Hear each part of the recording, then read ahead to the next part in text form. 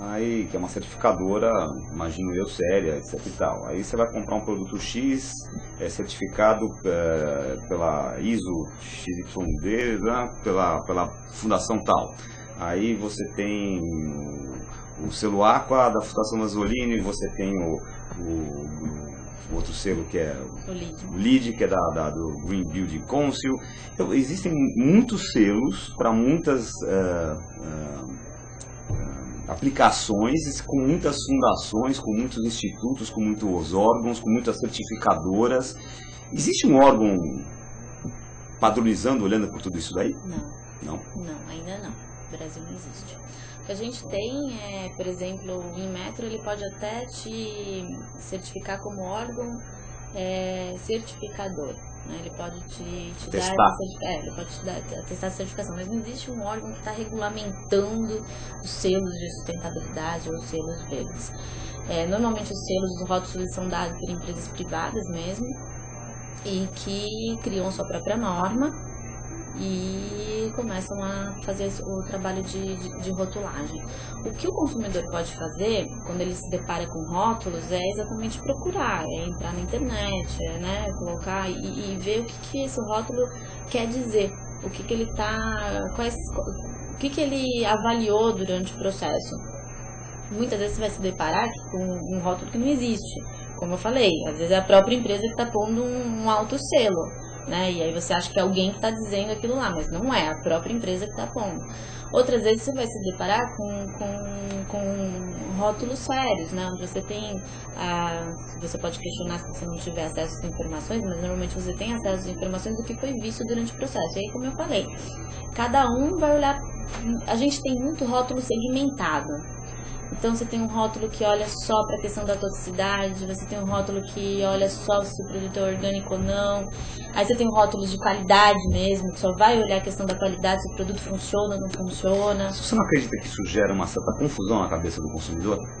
Eu acho que o consumidor, na verdade, assim, agora fazendo um papel aqui de advogado do diabo, ele fica um pouco, quer dizer, quem me atesta que um Instituto X é um instituto confiável? Ele não está vendendo um selinho. Ele gera, mas eu acho que eu acho que é porque é muito novo no Brasil ainda, a questão dos selos é muito novo no Brasil. Então, o consumidor ele ainda não está muito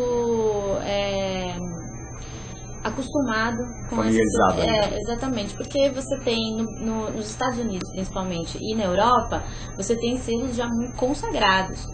Principalmente na Europa, eles dão muita importância aos selos. Então você tem o Ecolabel, que é um WeFlower, que é um selo que é europeu, um selo ecológico, que já é muito conceituado e as empresas, o consumidor acredita muito.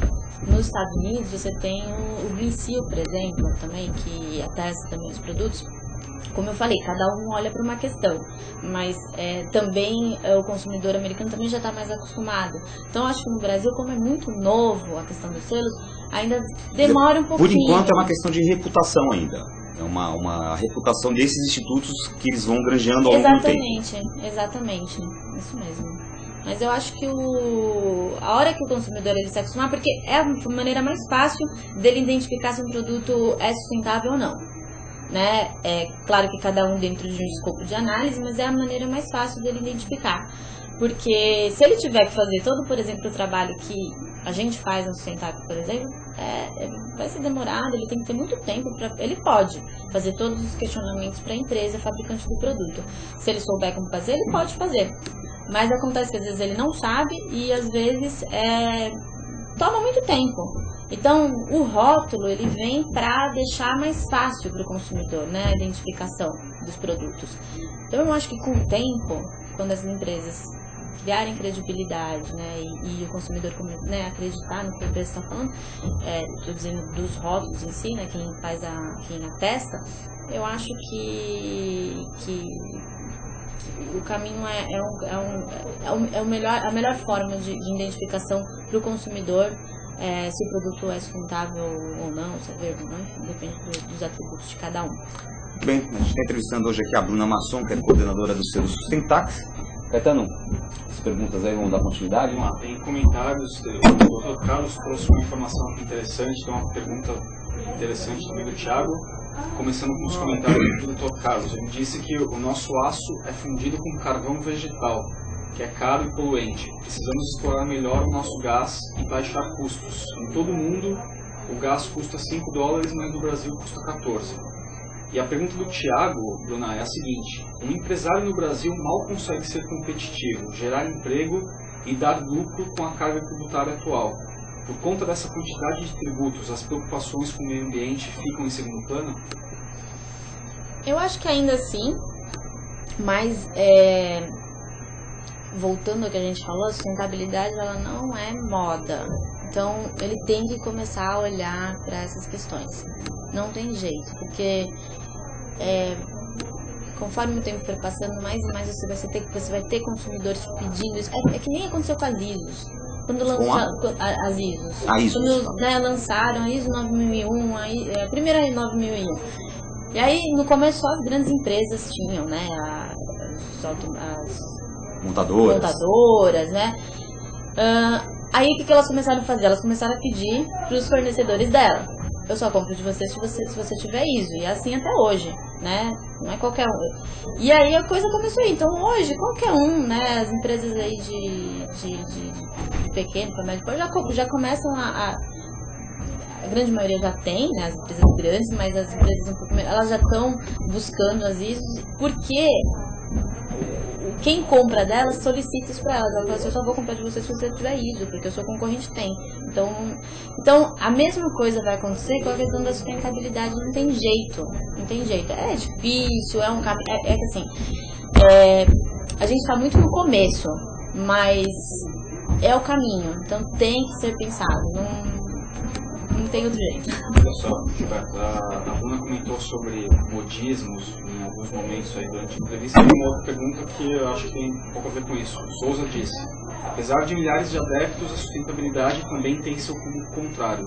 São pessoas que a consideram uma coisa eco-chata ou modista. Você acredita que essa aversão se deve ao fato de algumas empresas apenas parecerem sustentáveis, sem, no entanto, incorporarem conceitos e ações reais? Sem dúvida. É isso mesmo. É o greenwash que você falou, né?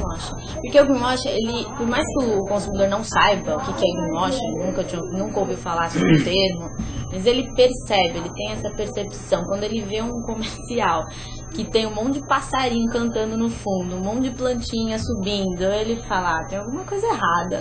Ele não consegue acreditar naquilo, né? Então, sem dúvida. A mensagem soa chato, né? A gente percebe, é quase que inconsciente, né? Exatamente. É quase inconsciente que vem aquela coisa que soa fake, que soa falso, que soa forçada, né? Exatamente. Eu quero parecer bonzinho aos seus olhos, né? É como se fosse você conversando com uma pessoa falsa, uma pessoa hipócrita, né? Você tem aquela sensação de desagradável, né? Aquela pessoa, nossa, essa pessoa é falsa, né?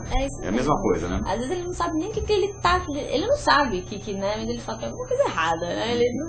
E aí gera essa descrença, e aí vem toda essa questão. E claro, tem gente que não tá falando de sustentabilidade também. Tem gente que tá falando só de ecologia, né? Então, de ser bonzinho com a natureza. Isso também, às vezes, isso não convence, né? Muitas vezes também, porque fica muito longe do nosso dia a dia, né? Porque a gente costuma brincar nos Sustentax, né? Para você ter uma casa sustentável, né? Você utilizar materiais sustentáveis, você não precisa morar numa oca de Índia, né? Você pode ter materiais, móveis, enfim, modernos, bonitos e sustentáveis, né?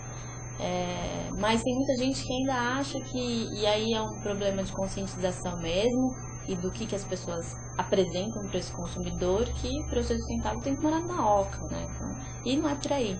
É que nem outro dia eu entrei no site de uma empresa e eles falaram assim que eles tinham ações sustentáveis, que eles tinham trocado todas as xicrinhas de plástico por xicrinhas de porcelana. É isso aí. Realmente sustentável a empresa. Bruna, Nosso programa está chegando ao fim. A gente entrevistou hoje aqui a Bruna Masson, que é coordenadora da Sustentax. Bruna, muito obrigado pela tua presença no Urbanville. Obrigada pelo convite. Foi super esclarecedora a sua entrevista. Acho que todo mundo que...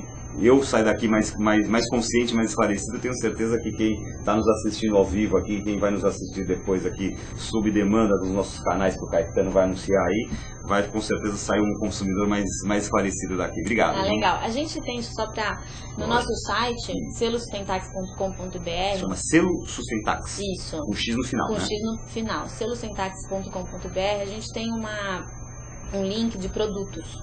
Então lá você consegue ter acesso a alguns produtos que são rotulados pelo selo Sustentax e os catálogos, porque ao final do processo a gente formata um folheto com todas as informações que foram analisadas durante o processo. Então a gente não só dá um rótulo, como você consegue ter todas as informações que foram analisadas durante o processo daquele produto. Legal. Especificamente daquele produto. Então é só acessar o nosso site, vai ter um ícone de selos produtos e aí ali segmentado por área você consegue ter acesso aos folhetos. Legal. Também tem um material bacana que é um guia de comunicação responsável. Oh. Também é muito legal. Um guia de perguntas e respostas também, que é bacaninha. Um saco de perguntas mais frequentes. Isso. www.selosustentax.com.br. Eles estão com o site na tela, inclusive, viu, Gilberto? Tá aí. Ali, isso mesmo. selosustentax.com.br. Quem tiver mais interessado então no assunto, acesse aí o www.selosustentax.com.br e aí tem todas essas informações interessantes aí que a Bruna Masson citou. Legal, Bruna? Obrigado então mais uma vez. Obrigada pelo convite. Caetano? Bom, pessoal, obrigado. Agradeço também a presença da Bruna, por ter aceitado o nosso convite.